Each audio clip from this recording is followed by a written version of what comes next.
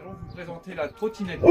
La trottinette se présente avec donc, cadre soit en acier, aluminium, carbone, les roues de différents diamètres.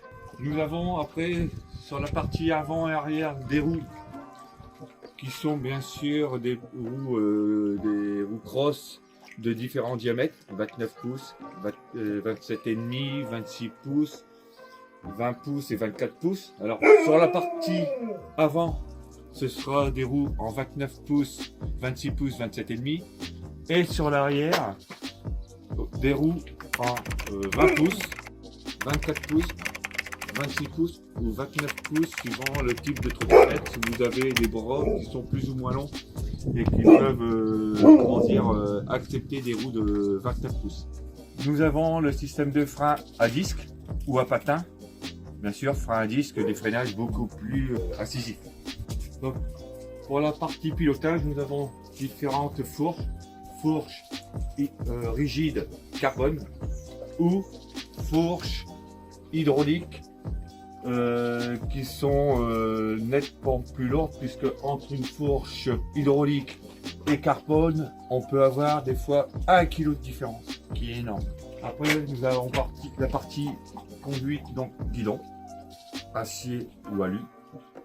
Point haut, donc la tige de guidage pour tout ce qui est sangle, donc qui se met comme ceci.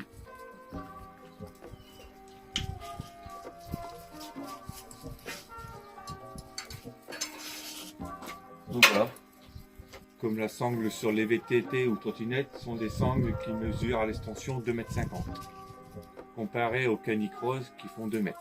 Donc celle-ci permet, la tige permet d'éviter que la sangle aille dans la roue. Quand la traction du chien est moins forte, c'est appréciable. Après, au niveau aussi des roues, tout à l'heure je parlais des roues, c'est important de savoir, plus nous allons avoir une petite roue, et plus au niveau pilotage dans les parties techniques sera intéressant.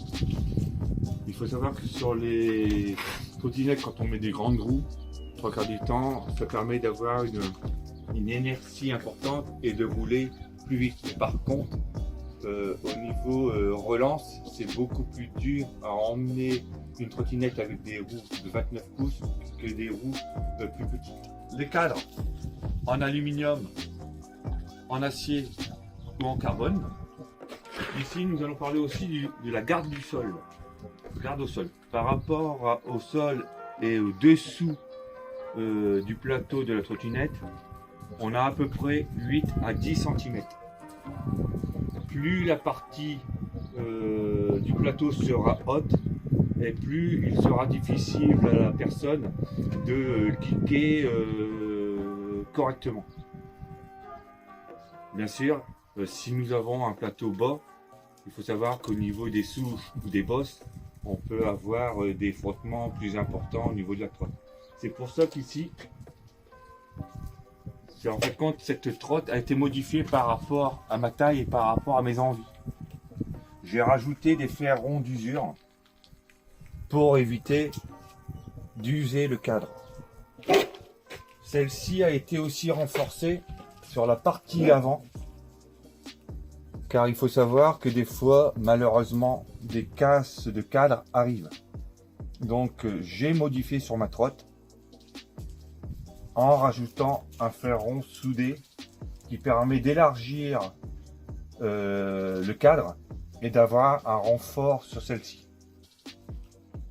Pareil, sur cette trottinette, j'ai rallongé le tube de 4 à voire 5 cm, car je l'ai modifié par rapport à ma taille. Et celle-ci a été modifiée aussi parce que j'ai modifié la fixation d'une fourche en carbone, alors que celle-ci avant avait une fourche hydraulique. Sinon voilà ce que l'on peut avoir dans une trotte. Après, on a différentes trottes, hein. Tout dépend ce que l'on veut faire avec. Il y a les trottes de descente qui ne sont pas du tout pareilles, qui sont plus lourdes, qui font à peu près 13 kg, 13 kg et demi.